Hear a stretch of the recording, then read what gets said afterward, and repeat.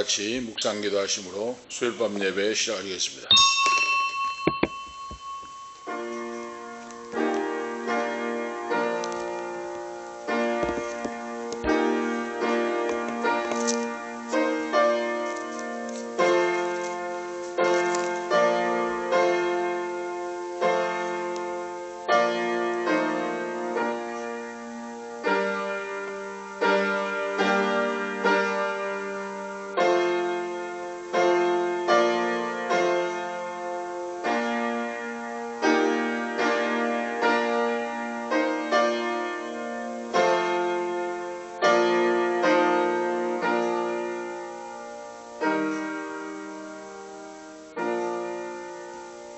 그 능력이 그리스도 안에서 역사하사 죽은 자들 가운데서 다시 살리시고 하늘에서 자기의 오른편에 앉히사 모든 정사와 권세와 능력과 주관하는 자와 이 세상뿐 아니라 오는 세상에 일컫는 모든 이름 위에 뛰어나게 하시고 또 만물을 그 발 아래에 복종하게 하시고 그를 만물 위에 교회의 머리로 주셨느니라. 교회는 그 몸이니 만물 안에서 만물을 충만케 하시는 자의 충만이니라. 살아계신 전능하신 아버지 하나님, 오늘 이 밤도 3일밤 수요일밤을 맞이하여 거룩한 전에 나와서 주 예수님의 이름으로 모여 기도하는 예배하는 이곳에 아버지 하나님, 전능하신 아버지 함께해 주시고 오늘 우리의 예배를 받아주심을 감사합니다.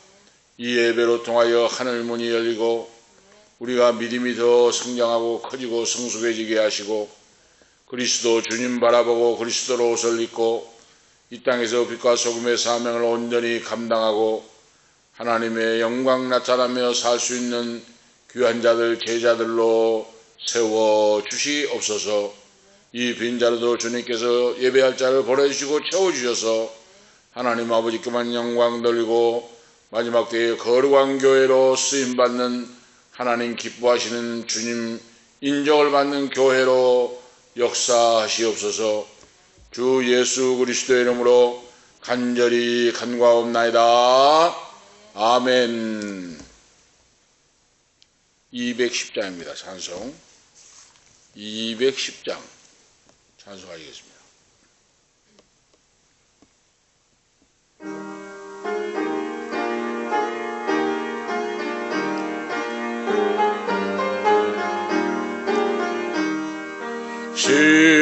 시온성과 같은 교회 그의 영광 한없던 허락하신 말씀대로 주가 친히 세웠던 반석 위에 세운 교회 흔들 자가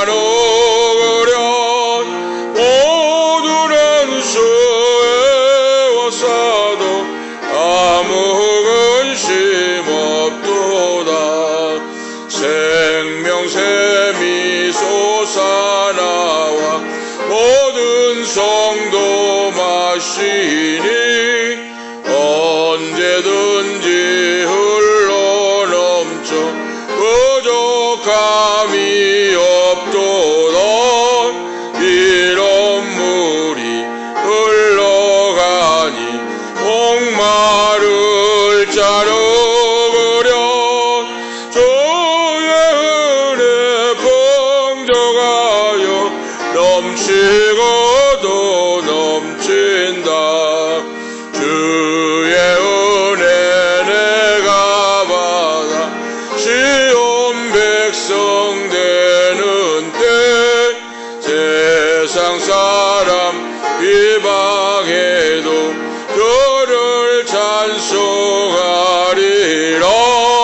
세상 헛된 모든 영광 아침 안개 같으나 주의 자녀 받을 복은 영원 무궁하도다.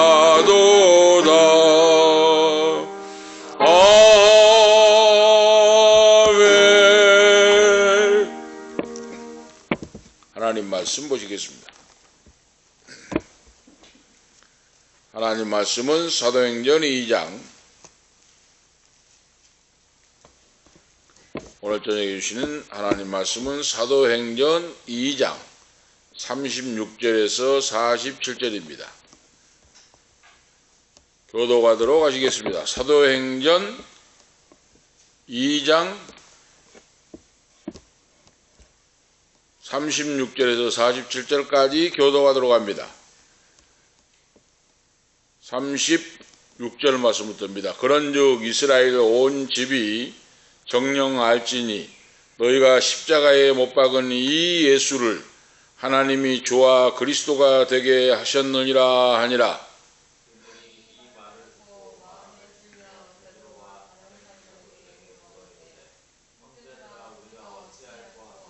베드로가 가로되 너희가 회개하여 각각 예수 그리스도의 이름으로 세례를 받고 죄 사함을 얻으라. 그리하면 성령을 선물로 받으리니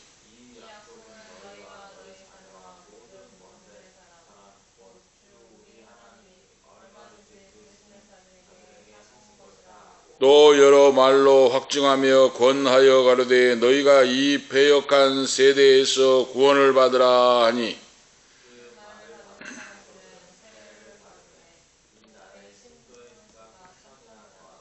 저희가 사도 가르침을 받아 서로 교제하며 떡을 떼며 기도하기를 전혀 힘쓰니라.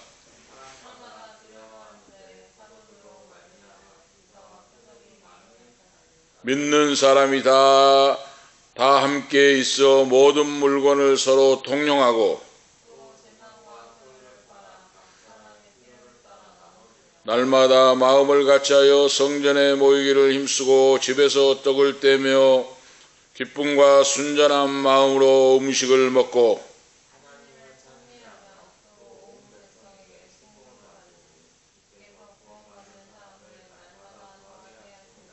아멘. 오늘 말씀은 사도행전 2장 36절에서 47절 말씀을 봤습니다. 오늘 말씀의 주제는 교회의 속성과 그 본질이라 하는 말씀의 주제입니다. 교회의 속성과 그 본질이라. 교회의 주인은 전능하신 하나님이시고 교회의 머리는 예수 그리스도 주님이시라.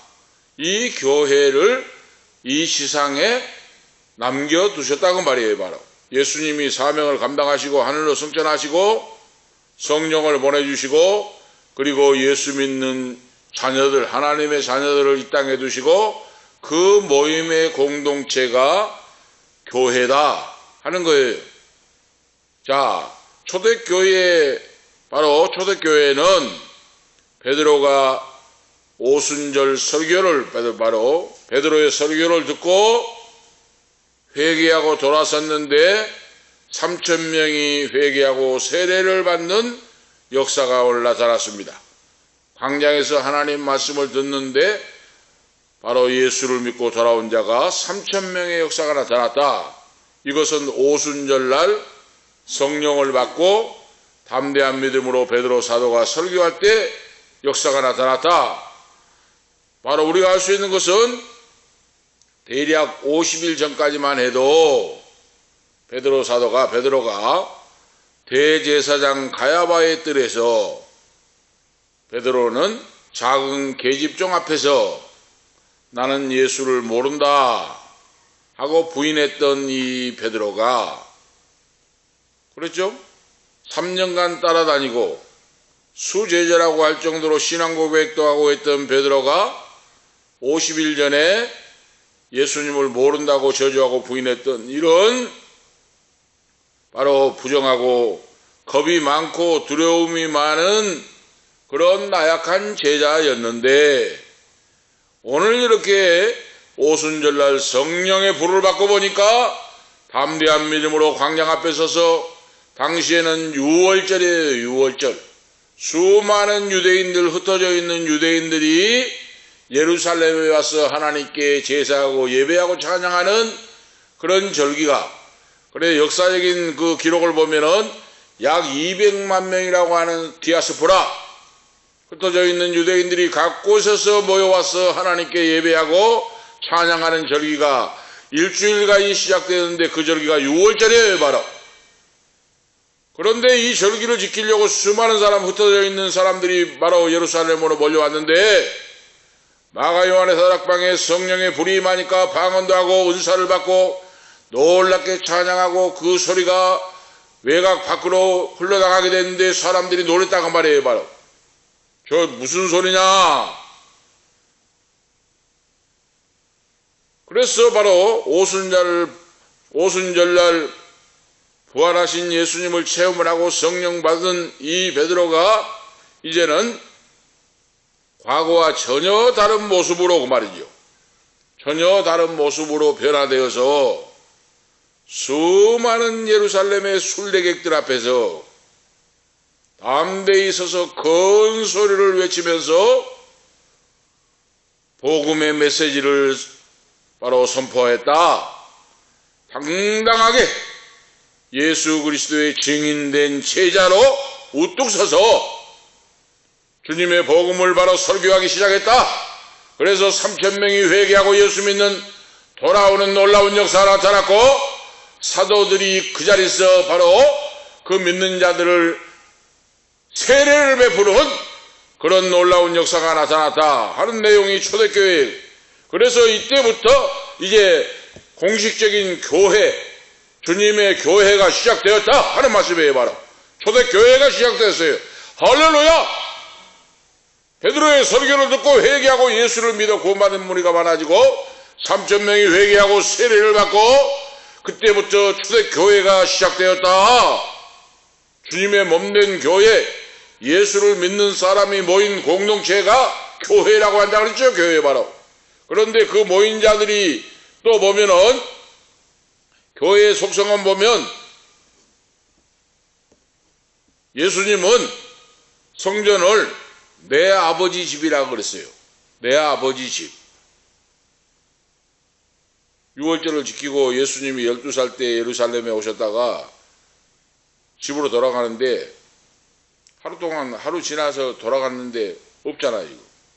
다시 와서 찾아보니까 사흘 후에 보니까 성전에서 훌륭한 랍비들과 대화하면서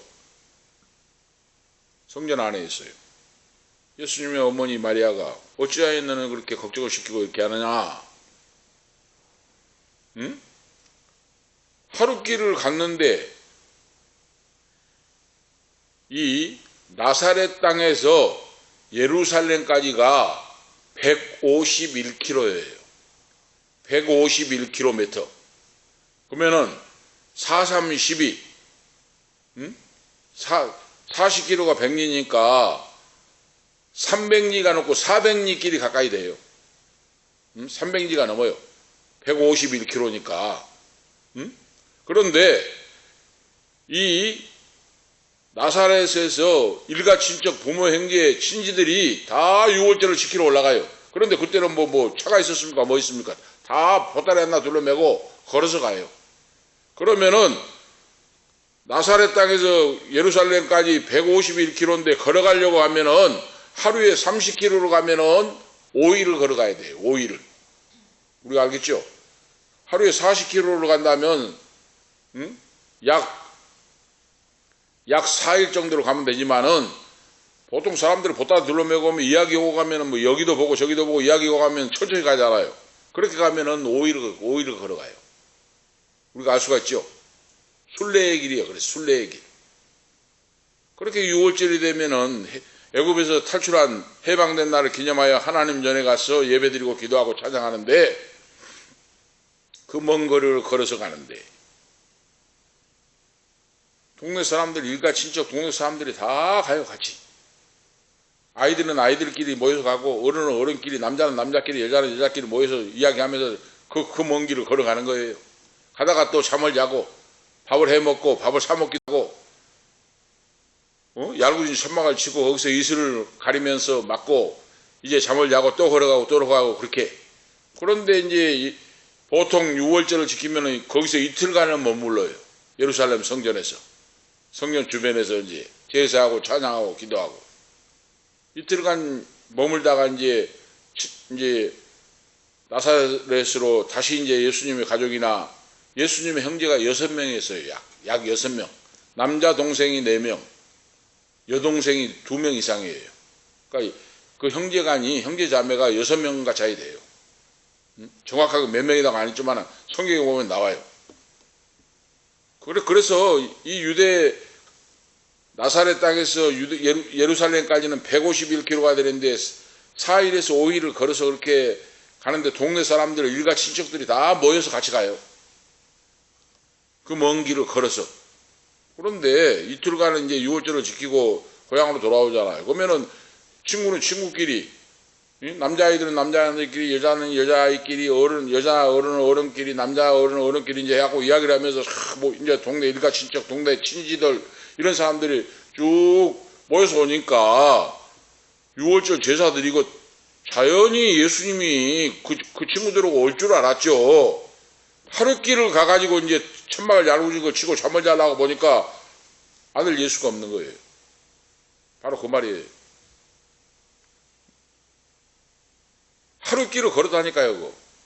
3, 40km를 걸어가지고 그날 자고 이제 그 다음날 또 걸어야 되기 때문에 했는데 예수님을 찾아봐도 없어요. 같이 친구들하고 걸어온 줄 알았는데 이거 난리가 났어요. 이제 큰일 났어. 아무리 여기저기 찾아봐도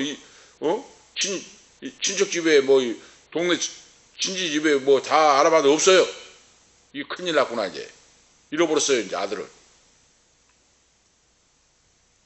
그러니까 날이 밤이 새고 날이 이제 밝아오니까 다시 예수님의 어머니와 아버지 요셉이 이제 보따리를 들고 예루살렘에 달려가는 거예요. 아들이 죽었는가 잊어버렸는가 하는가 이제 그렇게 되니까 얼마나 놀라면서 여기서 물어보고 저기서 물어보고 사람들에게 물어봐도 몰라요. 그러니까 그렇게 이제 아들을 잊어버려서 이제 그 찾으러 다시 이제 하룻길을 왔는데 다시 돌아가서 성전에 가보니까 그러니까 하루 왔죠.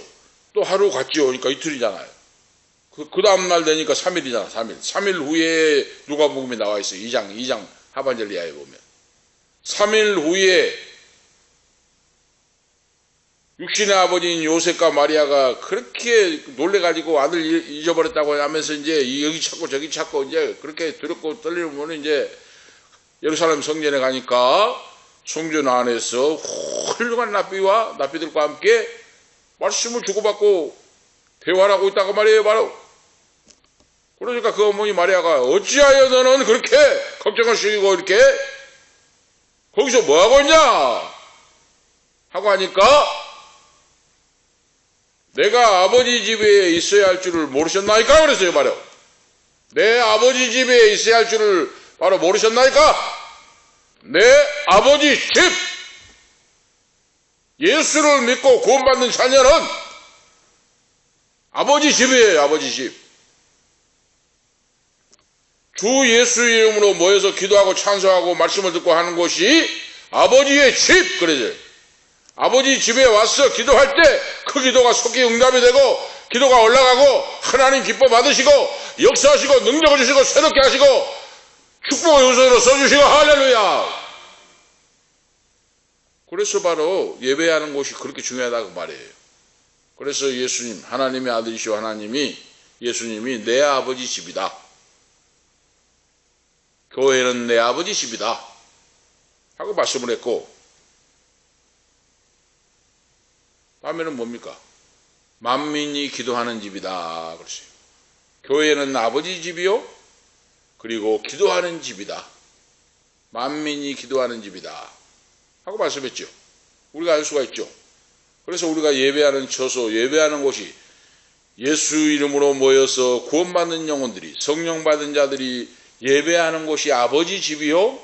그리고 만민이 기도하는 집이요. 그곳에서 기도할 때 하나님이 기뻐 받으시고 하늘로 우리의 기도와 예배가 상달되고 하나님이 기뻐하신 뜻대로 축복하시고 응답하시고 역사하신다. 귀한 자들로 세워진다. 그리고 교회는 하나님 말씀이 바로 세 가지를 말해요. 신학자 칼바르트는 자, 말씀이 육신을 입고 오신 분이 예수 그리스도고 말이에요. 응? 그래서 우리가 도성에 인신했다, 인카네이션했다 그러잖아요. 응? 말씀이 육신이 되어 오신 분이 예수님. 응? 로고스라고 이야기하잖아요. 교회는 바로 말씀이 육신이 되어 오신 예수 그리스도, 로고스. 다음에는 뭡니까? 기록된 성경 그러죠. 기록된 성경이 하나님 말씀이잖아요. 다음에는 강단에서 이 말씀을 선포하잖아요. 이것이 바로 말씀이다. 하나님 말씀을 설교한다고 말이에요. 선포한다고 말이에요. 선포된 말씀이 하나님 말씀이다. 이 세 가지를 이야기했어요. 유명한 신학자가. 말씀이 육신이 되어 오신, 우리 가운데 오신 예수 그리스도가 말씀이요. 성경, 신구약 성경에 기록된 것이 하나님 말씀이요. 이 신구약 성경 기록된 말씀을 풀어서 설교하는, 선포하는 이 말씀이 하나님 말씀이요. 그래서 주님의 교회에 나와서, 아버지 집에 나와서 우리가 기도하고 찬양하고 그리고 응답을 받을 때 하나님은 말씀을 통하여 응답하신 줄을 믿습니다. 말씀으로 응답을 받아야 돼요. 말씀으로. 내가 기도 제목을 놓고 무엇을 놓고 기도할 때 하나님은 반드시 하나님 말씀을 통하여 응답해 주시는데, 아버지 집에 나와서 말씀을 듣고 기도할 때 하나님이 그 말씀대로 응답하신 줄을 믿습니다. 하나님은 말씀을 통하여 응답하신다고 말이에요. 바로 내가 기도 제목이 있어요. 지금 무슨 제목을 가지고 계속 기도를 했어요. 1년 오고 2년 오고 뭐 기도를 오래 한 사람 오래 했는데, 하나님 말씀 예배하고 찬양하고 아버지 집에 와서 예배할 때 응답을 받는다고 말이에요. 확신이 와버린다고 말이에요. 그러니까 기도하면은, 문제는 내가 기도한 제목이 응답이 되는데, 말씀을 통하여 응답이 오는데, 응답을 받았다고 하는 확신이 뭐예요? 그 제목을 놓고 문제를 놓고 기도할 때 응답을 받았다고 하는 증거가 뭐냐면, 은혜와 평강이 나를 사로잡아 버려요. 내 심령 속에 평강이, 하나님이 주시는 은혜와 평강이 쫙 내 속에 평강이 찾아와서 내 영혼과 육신을 평강이 사로잡아 버려요. 이것이 바로 응답이에요. 내가 기도 제목을 놓고 기도했는데 응답 받았다고 하는 확신이 뭐예요? 은혜와 평강이 나를 사로잡아 본다니까요. 이것이 바로 응답이에요. 바로 오늘 우리가 아실 수가 있죠. 자, 그래서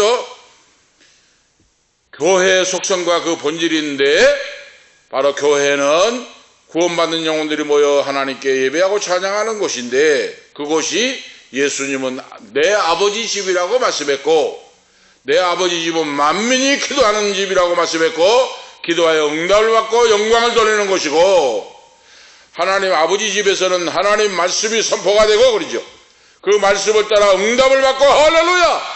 말씀을 통하여 응답을 받아야 돼. 다른 거 없어요. 뭐 음성은 들었다 뭐 다른 거 갖고 그 가짜예요. 우리가 분명히 알아야 돼요. 하나님 말씀을 통하여 응답이 와요. 자, 오늘 말씀 내용 속에서 첫 번째 내용을 보면, 베드로 오순절 설교는 어떤 설교였는가? 14절에 36절에 기록하고 있는데, 성경의 예언의 성취가 됐고 그러죠. 구약 성경의 예언의 말씀이 성취가 되었고, 마침내 성령님이 오순절날 임재하셔서, 임재해서 우리가 방언하고 예언하고 은사를 받고, 그리고 내가 당신들 앞에 서서 설교를 하고 있다, 성령이 오셨다 하는 말씀의 설교예요.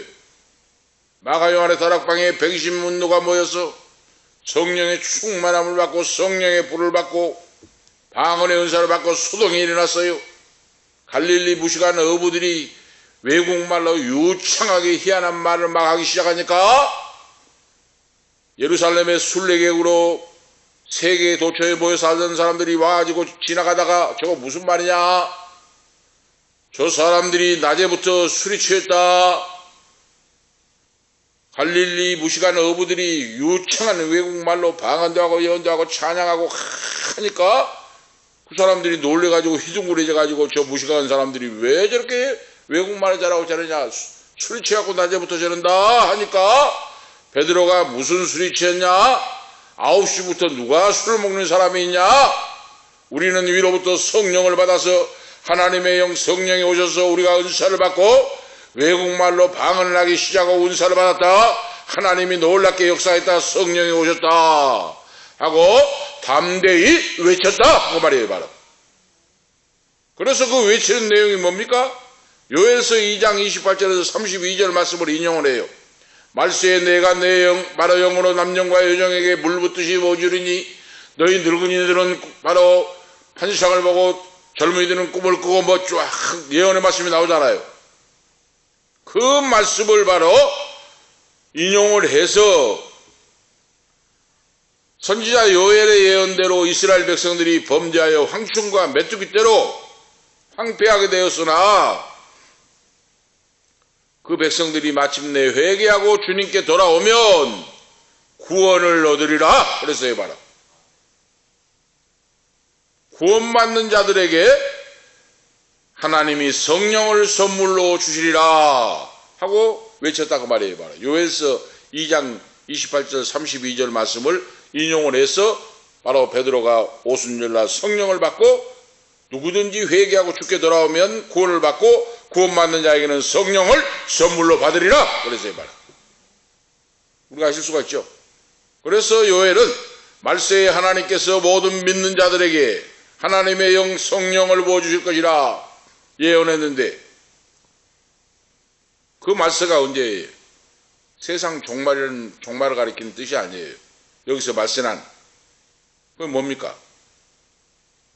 그리스도 주님이 승천하실 때부터 재림하실 때까지를 말세라고 봐요.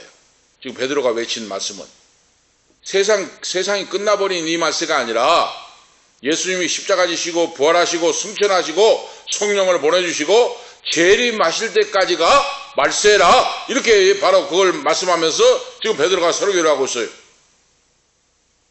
그래서 구약시대에는 하나님께서 선지자들에게 예언이나 꿈이나 환상을 주셔서 증거하게 했어요. 바로 특정인에게 줬어요. 구약에는 요엘 선지자, 아모스 선지자, 다니엘 선지자, 미가 선지자 다 나오잖아요. 지금 이런 특정인에게 하나님의 영을 부어주셔서 꿈이나 환상이나 예언을 통하여 말씀을 바로 선포하게 했는데 이제 오순절 이후는 뭐이 다릅니까?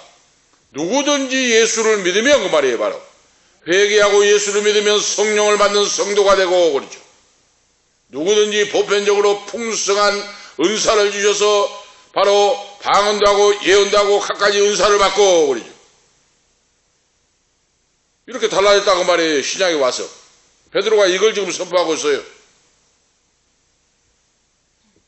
갖가지 은사를 예수 믿고 회개하고 믿는 성도에게 성령 받은 자에게 주신다고 말이에요. 바로 구약시대에는 선민인 이스라엘 백성들에만 구원의 은총이 주어졌어요. 우리가 알 수가 있죠? 그런데 오순절 이후에 와서는 누구든지 주의 이름을 부른 자는 모든 민족 모든 사람에게 구원의 은총을 베풀어 주시고 하나님이 은사를 주시고 능력을 주시고 역사해 주신다. 할렐루야.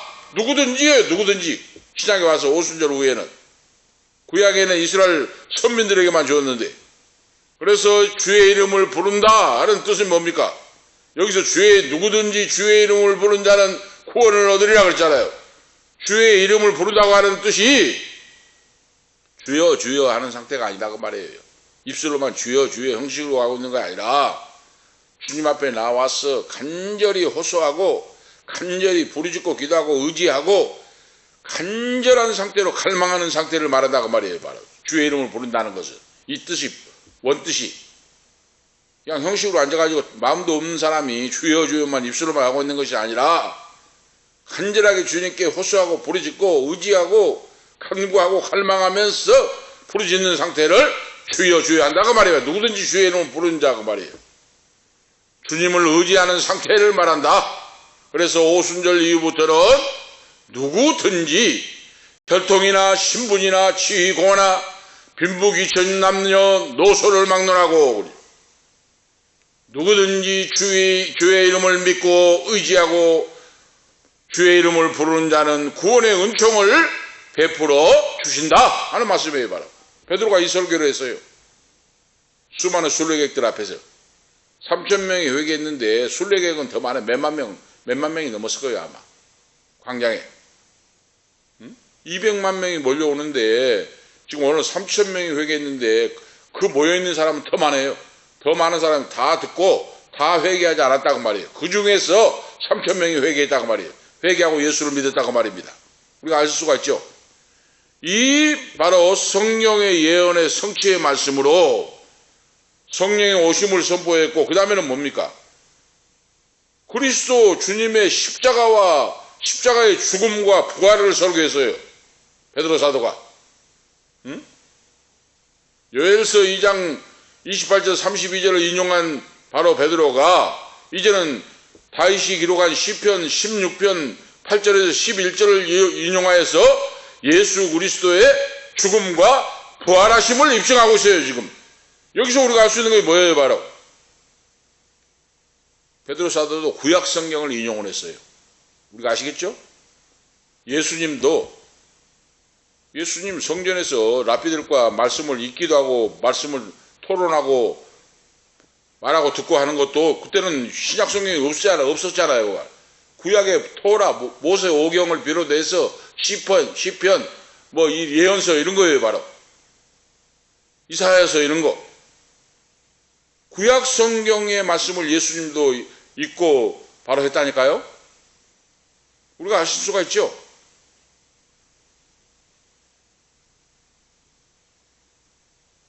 시편 16편 8절에 11절 보면 10절에 보면은 이는 내 영혼을 음부에 버리지 아니하시며 주 거룩한 자로 썩지 않게 하실 것이심이니이다 그랬어요.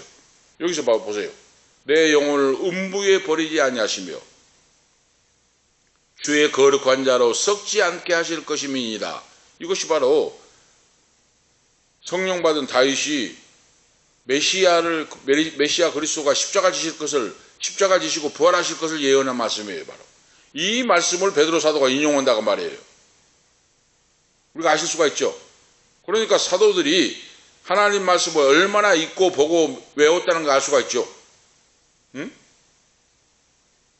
성경 말씀을 안 봤으면 이거 어떻게 알겠습니까? 말씀을 그만큼 보니까 알지요. 바로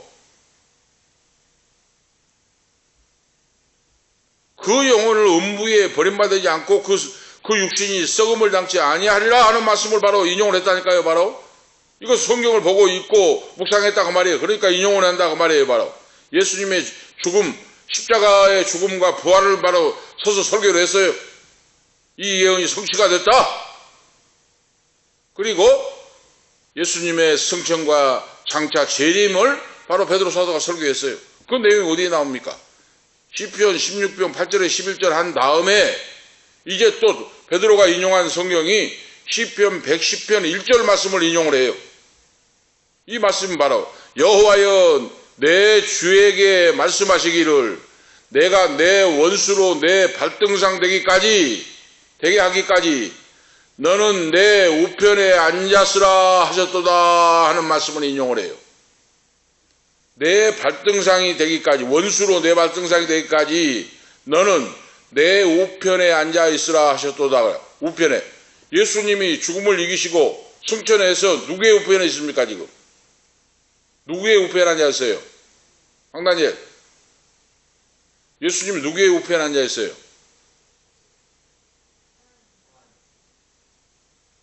예배 시간에 예배해야지, 예배를 드려야지, 그걸. 응?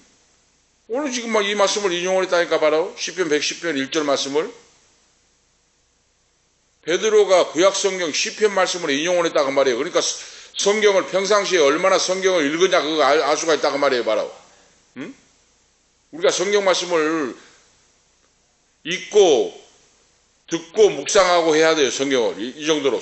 성경 말씀, 하나님 말씀이 하나님이시요 생명이요 능력이요 응답이라고 말이에요. 바로 그러니까 지금 오순절 성령 받고 수많은 순례객들 앞에서 광장에서 수만 명 앞에서 설교를 하는데 예수님의 십자가와 죽음 부활을 선포한 다음에 승천하심과 그리고 다시 재림할 것을 강력하게 성령에 붙잡혀서 불을 토하는 설교를 했다. 할렐루야!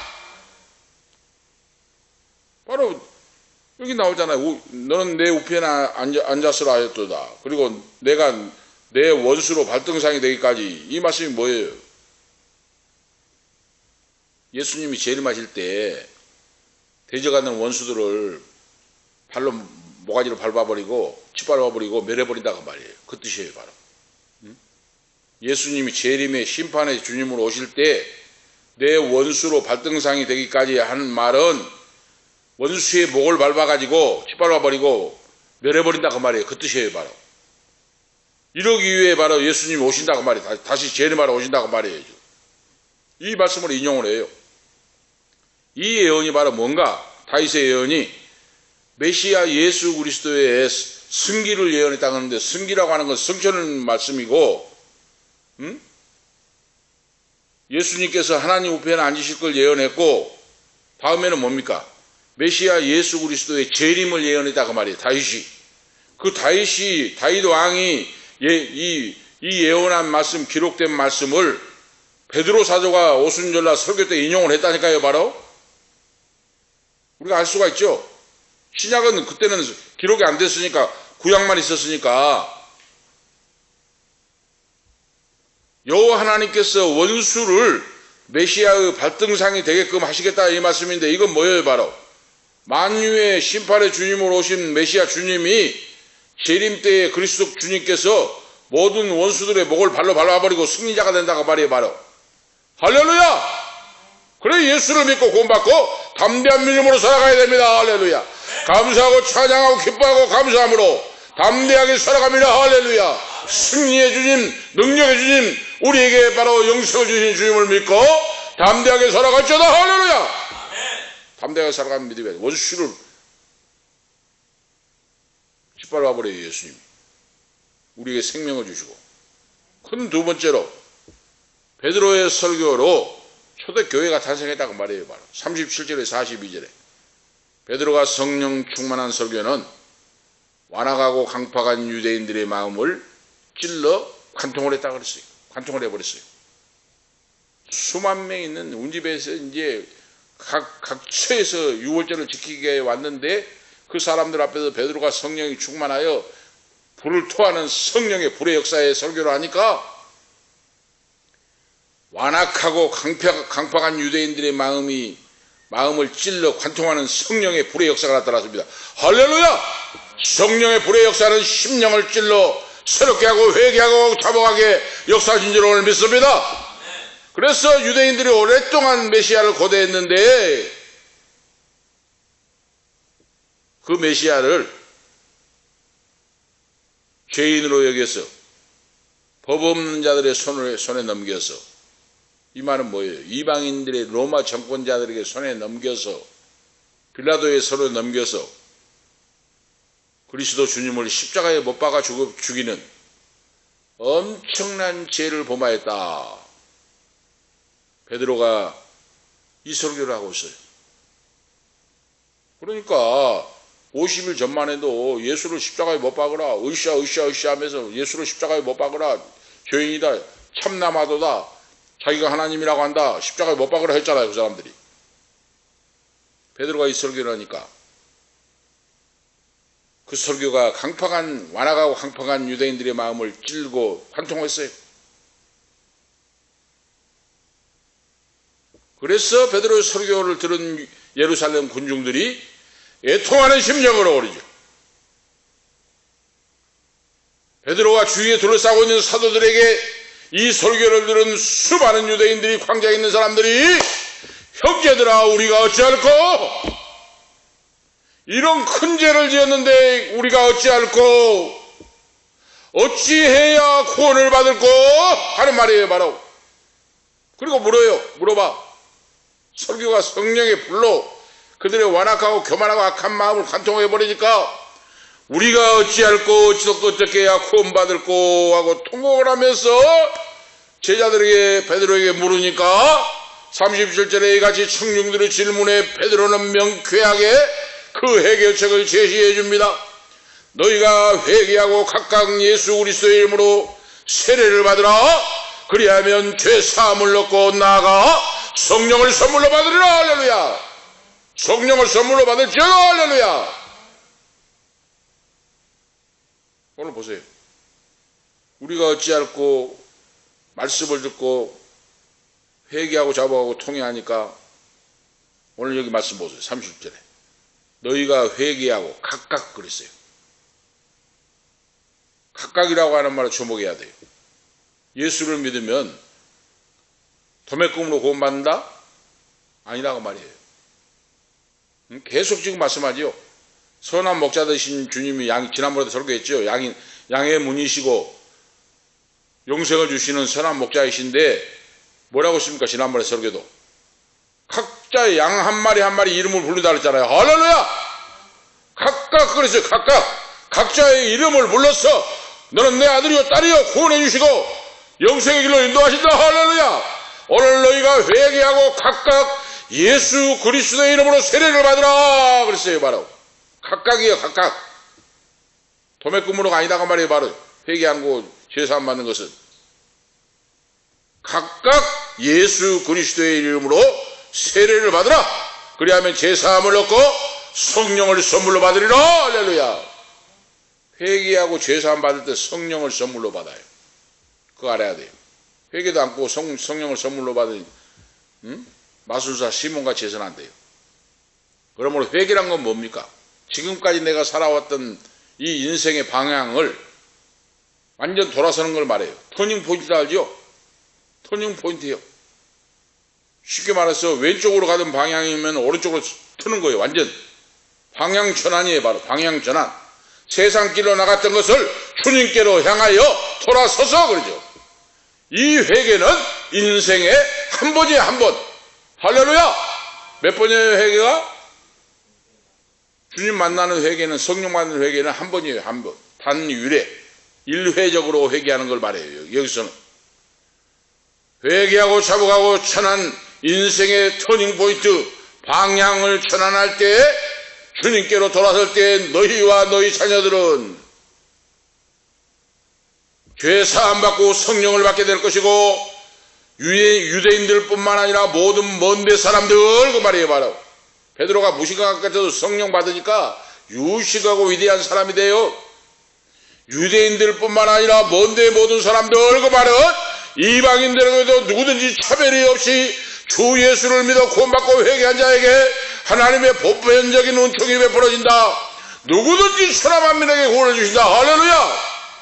이 말씀이에요. 바로 얼마나 놀라운 말씀입니까? 이것이 바로 베드로의 설교예요. 초대교회. 이 설교를 우리가 해야 돼요. 누구든지 구원의 은총은 보편적인 것이다. 그래서 베드로의 오순절 설교, 바로 성령이 충만한 설교를 들은 사람들이 몇만 명이 그 광장에 서 있다가 3천 명이 즉각 회개하고 무릎을 꿇었다고 말이에요. 얼마나 놀라운 역사입니까? 베드로의 한 번 설교에 3천 명이 무릎을 꿇고 회개하고 세례받는 역사가 나타난 거예요. 얼마나 장관이겠습니까? 놀라운 일이죠. 베드로의 담대한 능력 있는 설교는 예루살렘 청중들의 심령을 깨뜨렸고 그들의 마음을 찔러 깨뜨려서 회개하는 역사가 나타났습니다. 3천 명이 즉각적으로 무릎을 꿇고 회개하고 세례를 받고 주님의 제자가 되어서 초대교회가 세워졌다. 할렐루야. 초대교회가 세워졌어요. 바로 시작되었어요. 그래서 그 광경을 보던 모든 사람들이, 뿔뿔이 흩어졌던 천하만국에서 왔던 사람들이 회개하고 예수 믿고 세례받고 돌아갔으니 자기 돌아간 곳에서 복음을 전파하여 온 세상에 복음이 전파되는 기틀을 마련하게 되었다. 할렐루야. 놀라운 일이죠. 우리가 이렇게 해서 복음이 세상에 막 번져가기 시작했어요. 응? 각처에 흩어졌던 사람들이 6월절 와서 성령을 받고 회개하고 세례받고 가가지고 자기 사는 곳에 가서 막 천도하기 시작해요. 그래서 5대양 6대주에 막 복음이 막 전파되어 버린 거예요. 이것이 바로 초대교회의 놀라운 역, 하나님의 섭리예요. 바로. 그리고 사도들의 가르침을 받았다. 초대교회는 이제 3천 명이 막 회개하고, 이제 4장 4절에 보면 또 5천 명이 회개하는 역사가 나타나요. 4장 4절에. 말씀을 들은 사람 중에 믿는 자가 많으니 남자의 수가 약 5천이나 되었더라 그랬어요. 바로 3,000명이 회개하고 다음에는 5,000명이 회개하는, 남자만 회개하는 역사가 나타났어요. 이것이 성령의 불의 권능의 역사, 하나님의 강권적인 역사로 이렇게 역사가 나타난 줄 믿습니다.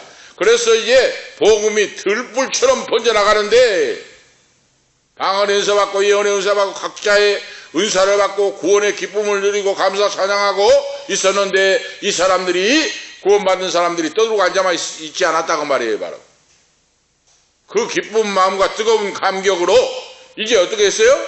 하나님 말씀을 배우기 시작했다고 말이에요. 바로 사도들이 가르치는 말씀을 읽고 배우고 듣고 했다고 말이에요. 교회는 말씀의 가르침을 받는 거예요. 바로 할렐루야. 뜨거운 감격의 기쁨을, 하나님 말씀을 읽고 믿고 배우고 해서 신앙을 다져나간다고 말이에요. 바로 다져나가는 신앙으로 키워나갔다고 말이에요. 초대교회가. 이것이 바로 교회의 사명이고 역할이라고 말이에요. 사도들의 가르침을 받게 힘을 썼다고 말이에요. 그런데 사도들이 가르친 성경이 바로 구약 성경이라고 말입니다. 신약 성경은 그때 형성도 안 됐으니까 신약 성경 5경이야 시편, 잠언, 이사야서, 전도서, 그 서신서 다 있잖아요. 그 예언서. 구약 성경 말씀을 바로 말씀에 의지하여 말씀을 배우고 그리스도가 메시아의 심을 확증한 일이고, 구약 성경을 배우고 그리고 신약에서 예수님이 가르친 말씀, 이 말씀을 바로 예수님이 가르친 대로 가르쳤다고 말이에요. 바로 이것이 바로 지금 신약 성경이 된 거예요. 예수님이 3년 동안 가르친 것을 사도들이 그대로 가르쳤는데 이것이 성경 말씀이 됐다니까요.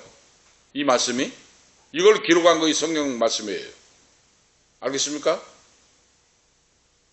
신약 성경이 예수님이 3년간 제자들을 가르치고 선포하시고 한 말을 제자들이 그 내용을 받아서 그대로 가르쳤는데, 초대교회에 이걸 기록한 내용이 신약 성경이라고 우리가 아실 수가 있죠. 그래서 여기서 보면은 사도들을 그랬죠. 사도들이라고 하는 복수로 써졌어요. 말이 복수 단수 알죠? 복수, 두 사람 이상이 복수고 한 사람은 단수잖아요. 사도들 그랬잖아요. 이 복수로 기록이 되어 있어요. 그리고 가르침이라고 하는 말은 단수로 되어 있어요. 이 말이 깊은 또 진리가 의미가 있어요. 자, 사도들이 몇 명이에요? 사도들 12사도죠. 12제자였어요. 사도. 그런데 가르친다고 하는 건 뭐냐면, 가르침이라고, 사도들이 가르쳤다고 하는데 가르침이라고 하는 것은 사도는 복수로 되어 있고 가르침은 단수로 되어 있어요.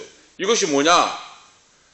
12명의 사도들이 말씀을 가르쳤는데 그 가르침의 내용이 오직 예수 그리스도의 주님의 교훈만 가르치기에 힘을 썼다 그 말이에요. 바로 이해가 되십니까?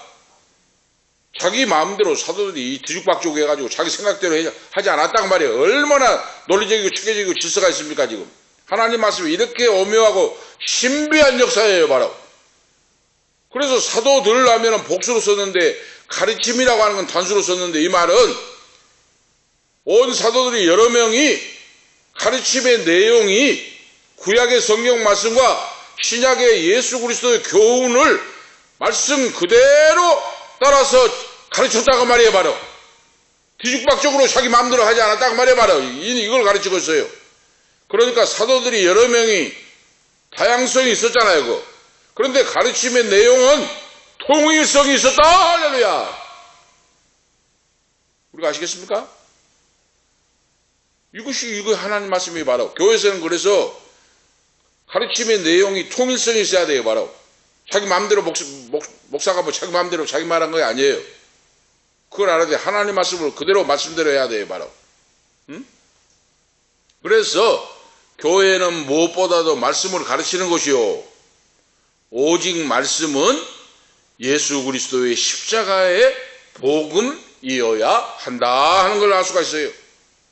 그래서 초대교회는 예수 그리스도 주님의 증인된 사도들의 생생한 말씀에 가르침을 받고 그 말씀을 따라서 살아가는 성도들의 모임의 공동체였다. 할렐루야! 이거 초대교회예요. 잘 알 수가 있죠? 그리고 성도의 상호 간에 교제가 있었다. 서로 십자가의 교제. 초대교회는, 그런데 중요한 것은 여기서도 또 진리가 있어요. 교제를 하는데 먼저는 뭡니까? 수직적인 교제가 먼저 되고 그랬어요. 하나님과 나 사이에, 주님과 나 사이의 교제가 먼저 되고 그 말이에요. 그러면은 하나님 말씀을 듣고 읽고 그 말씀을 묵상하고 말씀을 내 것을 생명의 떡으로 먹고 그 말이에요. 그리고 어때요? 수익적으로 하나님과 교제가 된다는 거 뭐예요? 바로 하나님 앞에 말씀 보고 기도하는 생활이 먼저 되고 그 말이에요. 할렐루야! 우리가 알겠죠? 그 다음에 수평적으로 교제가 이루어졌어요.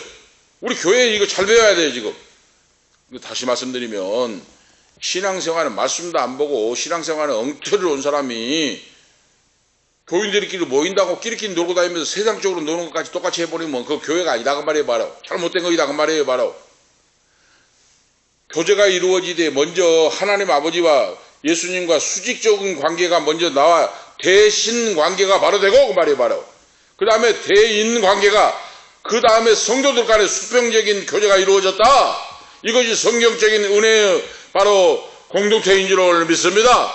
성도들 간의 뜨거운 교제가 이루어져서 서로 떡을 떼고 찬을 나누고 성만찬이 이루어졌고 애찬식이 이루어졌다. 이것이 초대교회의 바로 성도의 모임의 공동체. 어려운 성도들을 돕고 유무상통하고 하나님의 은혜와 진리가 넘치는, 사랑이 넘치는 공동체 교회가 초대교회다. 지금도 이 교회처럼 살아가는 곳이 진정한 주님의 살아 역사하는 교회인 줄을 믿습니다. 지금도 이런 교회가 돼야 돼요. 바로 위로 하나님과 나 사이에 수직적인 관계가 바로 되고 말씀 듣고 기도하고 찬양하고, 그리고 수평적인 하나님과 관계가 바로 되고 다음에는 성도들 간의 관계가 바로 돼야 된다. 그리고 서로 떡을 떼고 사랑하고 힘들고 어려운 사람을 서로 돕고 용구상통하고, 이거 바로 이 교회. 응? 쉽게 말해서 교회에 지금 가난한 사람이 굶어 죽고 가는데, 옛날에 그랬잖아요. 바로 누가 굶어 죽었잖아요. 지금 몇천 명 몇만 명 모이고 몇백 명 모인 교회가 자기 교회 성도가 굶어 죽었는데 뒤에 죽어가지고 해골만 남았는데 뒤에 발견했다면 그건 잘못된 교회다 그 말이에요. 바로 교인 중에서 굶어 죽은 사람이 나오는데 안 들어봤단 거 그 교회입니까? 그 교회 집사님이 왜 안 나오냐, 집사님 딸이야 왜 안 나오냐 확인하고 신방을 하고 해봐야 될 거 아니에요. 바로 자기 교회 등록된 교인이니까. 굶어 죽어가지고 해골될 때까지 몰았단 거, 교회 바로 그 관계예요. 바로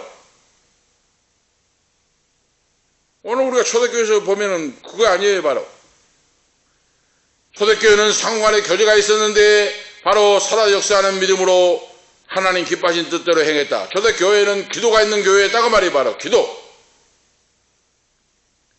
이 기도의 말씀도 복수로 바로 복수 형태로 기록되어 있어요. 이 말이 복수 형태로 기록된 건 뭡니까? 기도가 여러 가지 형태가 있었다고 말이에요.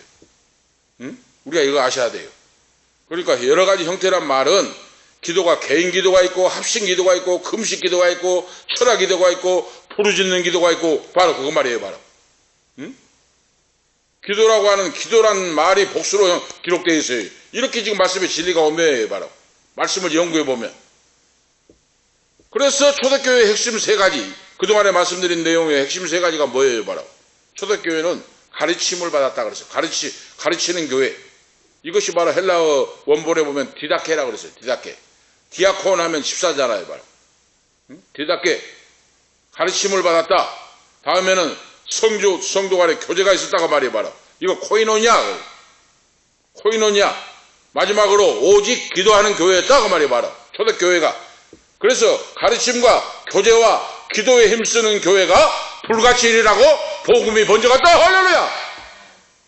우리가 이걸 명심하고 살아야 돼. 우리 성도들은, 앞으로 일꾼들은 될 사람 이거 알아야 돼요. 이거 명심하고. 큰 세 번째로 초대교회 성도들의 생활이 어떠했는가? 43절에서 47절을 말씀하고 있죠. 사도들의 기사와 표적이 많이 나타났다. 43절에.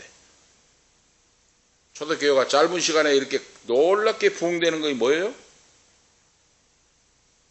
부흥되는 데는 나름대로 분명한 원인과 비결이 있었다고 말이에요. 그 원인과 비결이 뭔가?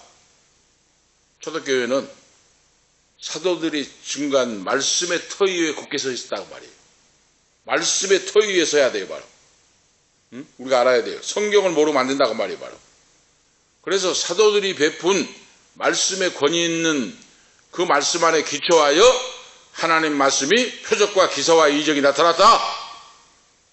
말씀 안에 그것이 말씀대로 확증이 되었다 그 말이에요, 바로. 그러니까 말씀도 모르고 떠버리고 다니고 가짜로 하는데 그거 진짜인 줄 알고 따라가다 폐가 망신당하는 사람 많잖아요. 말씀도 무시건데 점쟁이같이 막 하고 다니니까 그거 아니다 그 말이에요, 바로.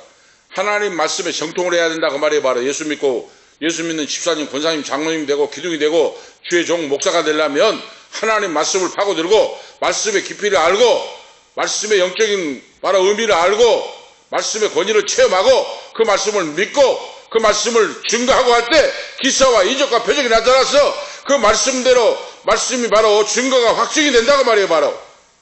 이걸 뭐예요, 바로?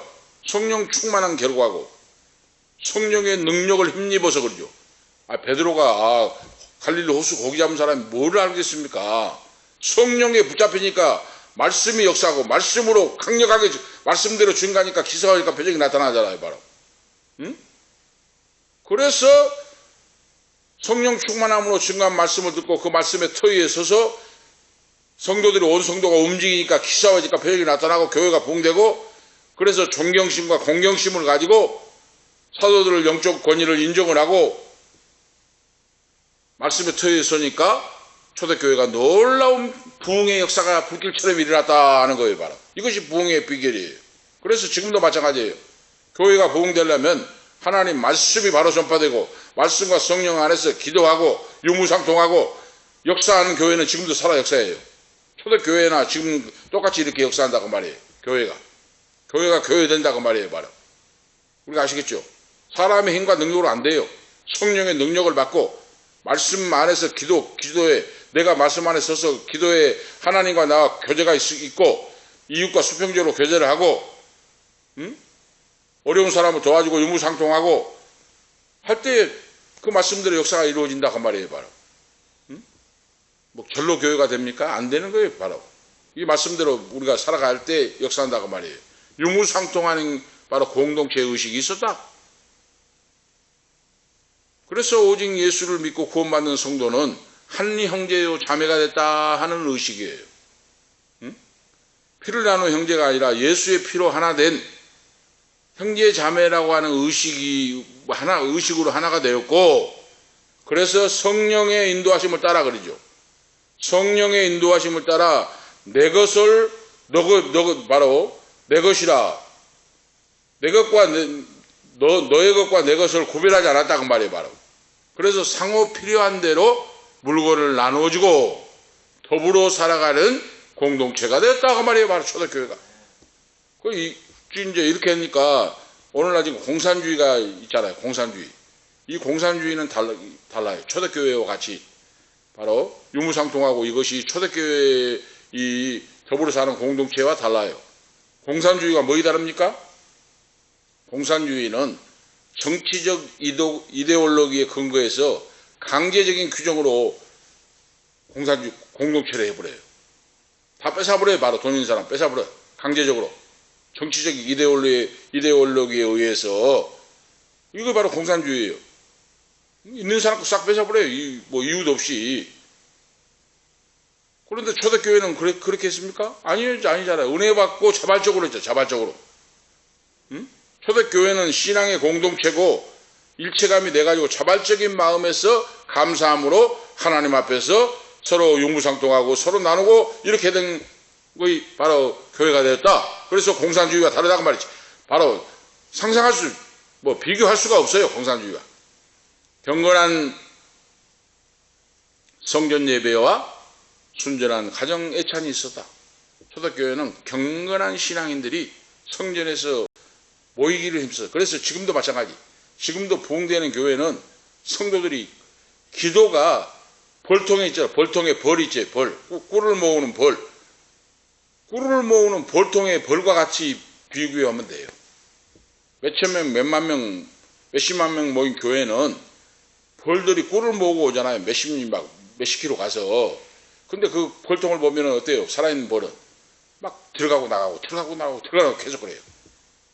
교회가 살아 역사하는 교회는, 주님의 교회, 하나님 역사하는 교회는 바로 그런 거예요. 성도들이 들어가고 나가고 들어가고 나가고 기도하고 찬양하고 감사하고 이런 교회가 살아 역사하는 교회예요. 응? 우리가 아실 수가 있죠? 생각해봐요. 주일날 낮에 11시 한번 들고 가고 일주일 내에 기도 한 번도 안 하고 교회 한 번, 거의 무슨 신앙생활이 제대로 되겠습니까? 응? 성경의 원리는 그거 아니에요. 아버지 집을 사모하고 성전에 모이기를 힘썼다니까. 초대교회는 날마다 마음을 같이하여 성전에 모이기를 힘쓰니라 그랬어요. 바로 사도들의 가르침을 받고 하나님을 찬미하고 성전에 모여서 예배하기를 힘썼다 그 말이에요. 바로.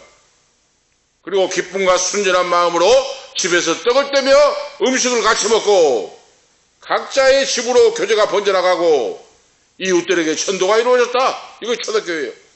그리고 온 백성들에게 칭송을 받았다. 초대교회 성도들은 안 믿는 사람들로부터 칭찬을 받았어요. 야, 초대교회 교인들 정말로 성도들 아름답고 참 잘 살아간다. 그래서 교회는 이웃들에게부터 칭송을 받아야 돼요. 칭송. 그렇게 해야 바로 부흥이 되고 하나님 기뻐하시는 일이에요. 저 교회가 저 모양 저 꼴이냐? 응? 요거라도 먹으면 안 돼요. 우리가 아시겠죠? 초대교회는 사람들에게, 온 백성들에게 칭송을 받았어요. 응?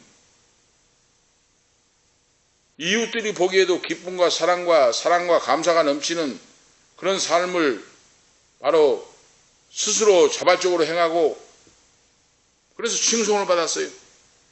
이 말씀이 예수님의 산상수훈인 빛과 소금의 사명을 초대교인들은 감당했다고 말이에요. 제자들은. 응? 너희 착한 행실로서 하늘에 계신 아버지께 영광을 돌리게 하라. 돌리며 살아라. 하는 산상보훈의 말씀과 같이 오늘 결론적인 말씀으로 초대교회가 부흥하고 성장하는 것은 결코 우연이 아니다. 초대교회에는 사도들의 가르침을 받아 영적 권위를 순종하고 따르는 그런 신앙, 믿음이 있었고, 그리고 그리스도인들 성도들은 빈부귀천 차별이 없는 한 형제요 자매라고 하는 뜨거운 사랑의 공동체가 되어 있었고,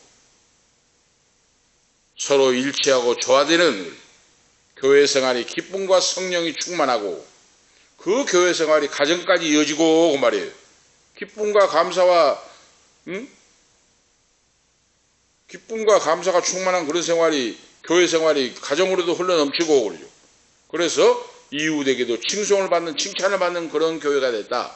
빛과 소금의 사명을 잘 감당하는 교회가 됐다. 그런 교회가 되어서 오늘도 우리 교회가 부흥되고 하나님 앞에 쓰임받는 축복의 주인공들이 되시기를 예수 그리스도의 이름으로 축복합니다.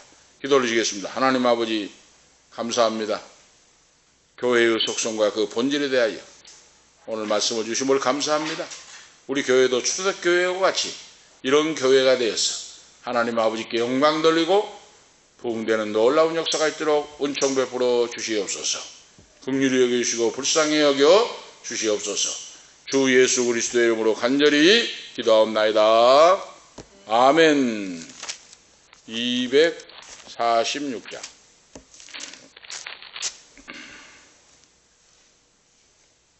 맞아요?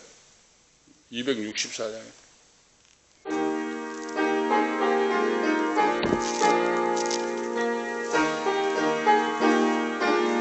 1절 5절.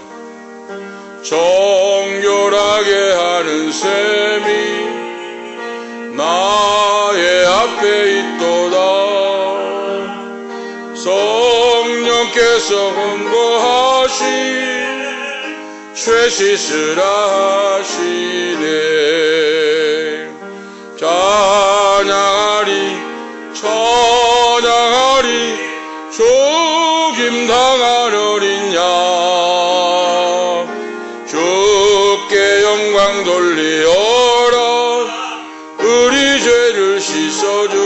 주셨네. 성부 하나님께 영광, 성자 예수께 영광, 성령님께 또한 영광 모두 돌려드리세. 찬양하리 찬양하리 죽임당한 어린 양, 주께 영광 돌리어라. 우리 죄를 씻어주셨네. 아멘. 기도드리겠습니다. 이제는 우리의 생명의 근원이 되시는 주 예수 그리스도의 은혜와 하나님 우리 아버지 영원무궁하신 사랑하심과 성령님의 감화 감동 충만 교통 위로 인도 치료하심이 오늘 밤에 참된 교회로서 초대교회 성도의 모습을 닮아서 그 말씀대로 살아서 하나님의 영광 나타나기를 원하는 우리 은퇴 목사님 사모님 후손들 머리머리 이 자리에 참여하는 모든 성도들 자녀들 부모 형제 권속들 머리머리 위에 이 방송 말씀을 듣는 모든 성도들 후손들 가는 인생길 납기를 위해 지금부터 영원토록 함께 있을지어다. 아멘.